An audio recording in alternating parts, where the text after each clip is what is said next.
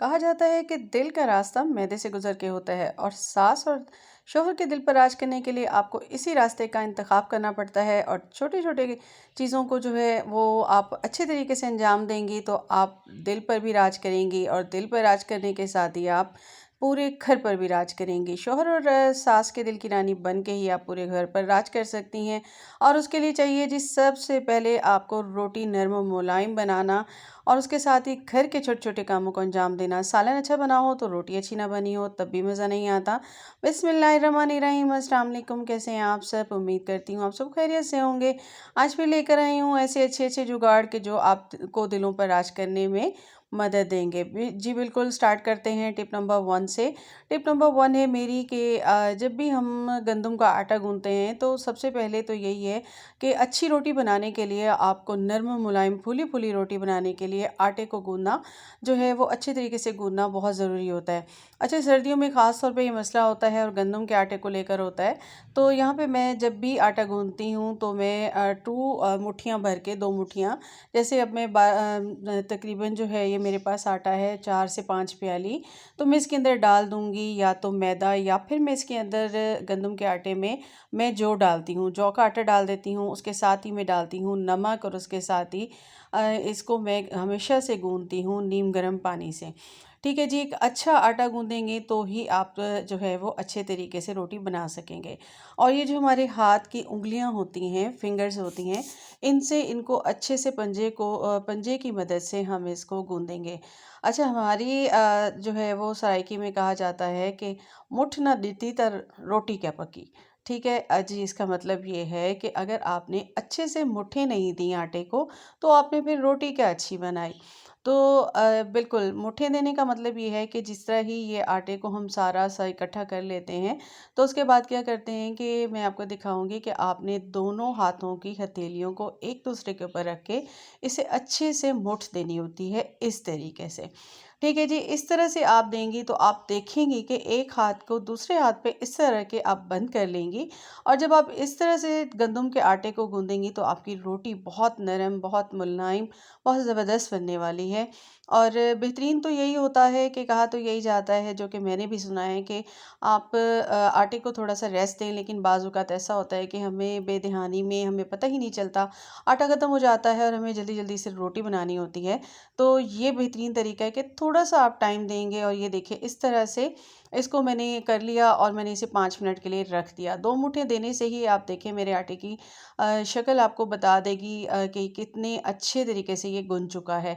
और अगर इसी तरीके से मैं इसे 2-3 दफ़ा और कर लूँगी तो मेरा आटा बहुत ज़बरदस्त सा गुन जाएगा। गंदम का आटा गूँथना थोड़ा-सा मुश्किल होता है। असल में मुश्किल नहीं होता, थोड़ा-सा ट्रिकी होता है। और ये देखिए कितना ही ज़बरदस्त किस्म की इसकी शक्ल आपके सामने आ रही होगी। और इस तरीके से आपने इसमें लचक भी बहुत अच्छी आती है, क्योंकि गंदम के आटे में लचक ही होती है ज़्यादा, और वही आपकी रोटी बनाने में बहुत काम आती है। इस तरीके से पहले मैंने इसे 5 मिनट छोड़ दिया, उसके बाद फिर मैंने इसे मुट्ठें दी और मैंने इसको इस तरह से छोड़ दिया। ठीक है, ये अब आप देख सकते हैं।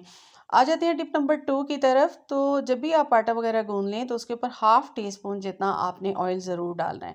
ठीक है, ऑयल डाल के आप इसको जो है अच्छे से इस तरह रख देंगे तो आपका आटा कभी भी इसके ऊपर जो है कोई जो है चमड़ी वगैरह नहीं आएगी और स्मूथ ही रहेगा। आ जाते हैं अपनी नेक्स्ट टिप की तरफ। तो जब भी आप आटा गूँधें और उसके बाद आपने इस तरह से कोई शॉपर लगा लें, मेरे पास क्लीन शीट थी तो मैंने इसको इसके ऊपर लगा दिया। और उसके बाद आप क्या करें कि इसके ऊपर जो है ढक्कन लगा के आप इसे फ्रिज में भी ना रखें, तो 10 मिनट के लिए अगर आप इसे बाहर छोड़ देते हैं तभी आपकी रोटी बहुत ही अच्छी ज़बरदस्त बनेगी और कभी भी नहीं टूटेगी, और बहुत पतली पतली रोटियां आपकी बन के होंगी तैयार। आ जाते हैं अपनी नेक्स्ट टिप की तरफ। जब भी आप इस तरह से क्लीन शीट किसी भी फूड आइटम पे लगाने लगें तो आपको एक थोड़ा सा प्रॉब्लम ये आता है कि जब आप इसको निकालना ज़रा मुश्किल हो जाता है। तो उसका बहुत आसान सा तरीका है कि इस तरीके से आप अपने बॉक्स पे लगाएं और उसके बाद इसको जो है वो राउंड घुमाते जाएं। अच्छा, राउंड घुमाने से इस तरह हो जाएगा और सेंटर से आप कट कर लेंगे। अब क्या होगा कि आपके बॉक्स पे भी अच्छे से फिक्स हो जाएगा। और सेकेंडली इसका जो फ़ायदा आपको होगा वो ये होगा कि नेक्स्ट टाइम के लिए आपके पास क्लीन शीट आपकी खोलने में आसानी होगी। आपको पता होगा कि ये यहाँ से खुलेगी और वो आसानी से खुल जाएगी। आ जाते हैं जी नेक्स्ट टिप की तरफ। जब भी आप रोटी वगैरह बनाते हैं तो अब मैंने शीट्स बनाना बताई थी, तो मुझसे काफ़ी सारे कमेंट आ रहे थे कि जी हमारे पास नहीं है तो हम क्या करें, या आप बाज़ार से ले आई हैं या आपने खुद बनाई है तो हम क्या करें। तो जी मेरी प्यारी प्यारी बहनों, बहुत आसान सी टिप है कि आपका आटा इर्द गिर्द ना फैले तो आपके पास रोटी का रुमाल होता है। अगर रोटी का रुमाल नहीं है तो कोई भी शॉपर ले लें और आप उसको नीचे इस तरह से बिछा लें। काफ़ी सारे हमारी पैकिंग में मोटे मोटे शॉपर आते हैं, या फिर आटे का आप बोरा लेते हैं तो उसके साथ का जो बोरा होता है उसको आप बिछा लें। कोई इतना मुश्किल नहीं होता, कामों को थोड़ा सा आसान, थोड़ा सा ट्रिक के साथ किया करें तो आपके लिए मुश्किल नहीं होगी। तो इस तरीके से आपने बिछा लेना है और उसके बाद रोटियां बना लेंगे तो आप इसको उठा लेंगे।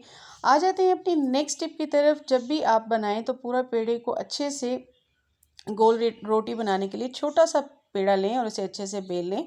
और यहाँ देखिए कि मेरी रोटी गोल सी बन गई है। अच्छा, मैंने अभी टाइम नहीं दिया था, जस्ट 5 मिनट ही दिए थे जो कि बीच में मैंने दिए थे मुझे, क्योंकि जल्दी जल्दी रोटी बनानी थी। लेकिन आप देखिएगा मेरी रोटी बिल्कुल नहीं टूटी और पेड़ा बेलते हुए भी नहीं टूटी और बहुत ज़बरदस्त किस्म की रोटी बन के हो गई है तैयार।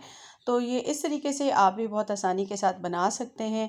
और अच्छी रोटी होगी, नरम रोटी होगी तो जाहिर सी बात है खाने में मज़ा आएगा, और फिर आपकी सास और नंदें भी आपकी तारीफ़ करेंगी, और उसके साथ ही जब वो तारीफ़ करेंगी तो नॉर्मल सी बात है आपके हस्बैंड को भी आपकी हाथ की बनाई हुई रोटी पसंद आएगी तो वो भी खुश हो जाएंगे। तो इस तरीके से आप करेंगे जी पूरे घर पे राज, सिर्फ और सिर्फ मैदे की वजह से। बिल्कुल मैदे में अच्छे सा खाना जाएगा तो ज़बान पे भी जो है वो अच्छे कलामात होंगे और आपकी तारीफ़ भी होगी। तो इस तरीके से आप बनाइए नरम मुलायम रोटी, और थोड़ी सी ट्रिक्स को आपने इस्तेमाल करना है और इसको इस्तेमाल करके आपकी बहुत मज़ेदार सी रोटी बन के हो जाएगी तैयार। तो आ जाते हैं अपनी नेक्स्ट टिप की तरफ। जी बिल्कुल, आपको याद होगा कि पहले ज़माने में हमारे पास इस तरह की चूड़ियाँ होती थी प्लास्टिक की। अब कुछ इस तरह के गैजेट्स आ गए हैं बच्चों के, लेकिन ये मेरे पास, मैंने बॉक्स खोला तो मेरी बेटी की छोटी सी चूड़ियाँ पड़ी थी, और इस तरह के पैकिंग की जो है वो हमारे पास क्लिप्स होते हैं। तो मैंने क्या किया, सोचा कि इससे एक ऑर्गेनाइज़र ही बना लिया जाए जो हमारे बहुत काम आने वाला है। तो मैंने इनको ले लिया और इसकी जो ये एंड होती है इसको मैंने इसके अंदर अच्छे से लगा दिया, और उसके बाद जब मैं इसको घुमाती जाऊंगी तो सारी की सारी, ये देखिए इस तरह से घुमाते हुए इसके अंदर जो है वो एक एक रिंग आता जाएगा, और इससे क्या होगा कि मेरी ये पूरी की पूरी आ जाएगी और मैं इसे एंड पे खींच लूँगी। अब जो मैंने आपको एक क्लिप दिखाए थे, इससे मैं क्या करने वाली हूँ, इससे मैं जो है वो एक साइड से क्लिप पे इसको फ़ोल्ड कर दूँगी और उसको वहाँ पे फ़िक्स कर दूँगी, और इन्हीं क्लिप्स की मदद से, ये जो पैकिंग क्लिप्स होती हैं इनकी मदद से मैं इनको अच्छे से सारी के सारी को चूड़ियों को फ़िक्स कर दूँगी, और फिर खींच के एंड तक, और इस तरह से ये मेरा एक ऑर्गेनाइज़र बन के हो जाएगा रेडी। तो ये क्लिप्स आपको बाज़ार से बहुत आसानी से मिल जाते हैं, और अगर आपको ना मिलें तो आप इनको दराज से ऑर्डर कर सकते हैं। जस्ट ये आपको मिलेंगे 90 रुपीज़ में, और चार्जेस वगैरह लगा के आपको, ये आपके एरिया के हिसाब से होंगे, ज़ाहिर है सिटी के हिसाब से होंगे, और वो आपको घर पे पहुंच जाएंगे। तकरीबन जो है वो ये तकरीबन 150 क्लिप, और 150 क्लिप आपको पड़ेंगे हद से हद जो है वो 250 रुपीज़ के। अब मैंने इसको ले लिया और इसको एंड पे लगा के मैंने इसको फिक्स कर लिया। अच्छा, अब मैं क्या करूँगी कि मैं जो एक्स्ट्रा पार्ट है उसको कैंची से कट कर दूँगी, और इस तरीके से ये मैंने यहाँ पे कट कर दिया, और इसी तरह से मैं इसको लगाती जाऊँगी खींच खींच के, और सबसे एंड में लगा दूँगी पहले, और उसके बाद इसके सेंटर्स में लगा दूँगी इन क्लिप्स को, ताकि जब मैं इसमें अपनी जो चीज़ें लगाऊं तो फिर वो मेरी चीज़ें जो है वो गिरे नहीं। ये देखिए कुछ इस शेप में मेरे पास आ गया है एक ऑर्गेनाइज़र। जी बिल्कुल, इस तरह के ऑर्गेनाइज़र आप बाज़ार से महंगे महंगे लेकर आते हैं, और मैंने यहाँ पे बिल्कुल आपके लिए बना के तैयार कर दिया है। अच्छा, अगर आप चाहें तो इसको जो है वो गोंद से भी लगा सकते हैं, या फिर आप इसको जो है वो धागे से भी। ये देखिए जी मेरा ऑर्गेनाइज़र रेडी हो गया है। मैंने इसमें डाल दिए हैं सारे स्टॉलर, और इस तरीके से आप इसे बाहर भी लगा दें या फिर अलमारी में, या मेरी क्योंकि बेटी बहुत अलमारियाँ ख़राब करती है तो मैंने इसको बाहर इस तरह से हैंग कर दिया था, और जब भी उन्हें ज़रूरत होगी वो इजीली ले लेंगी। तो जी जी, आज की कैसी लगी आपको मेरी वीडियो, मेरा कंटेंट कैसा लगा, मुझे ज़रूर कमेंट करके बताइएगा, और काइंडली मेरे चैनल को सब्सक्राइब कीजिएगा। अपना रखिएगा बहुत ज़्यादा ख्याल। अल्लाह हाफिज़।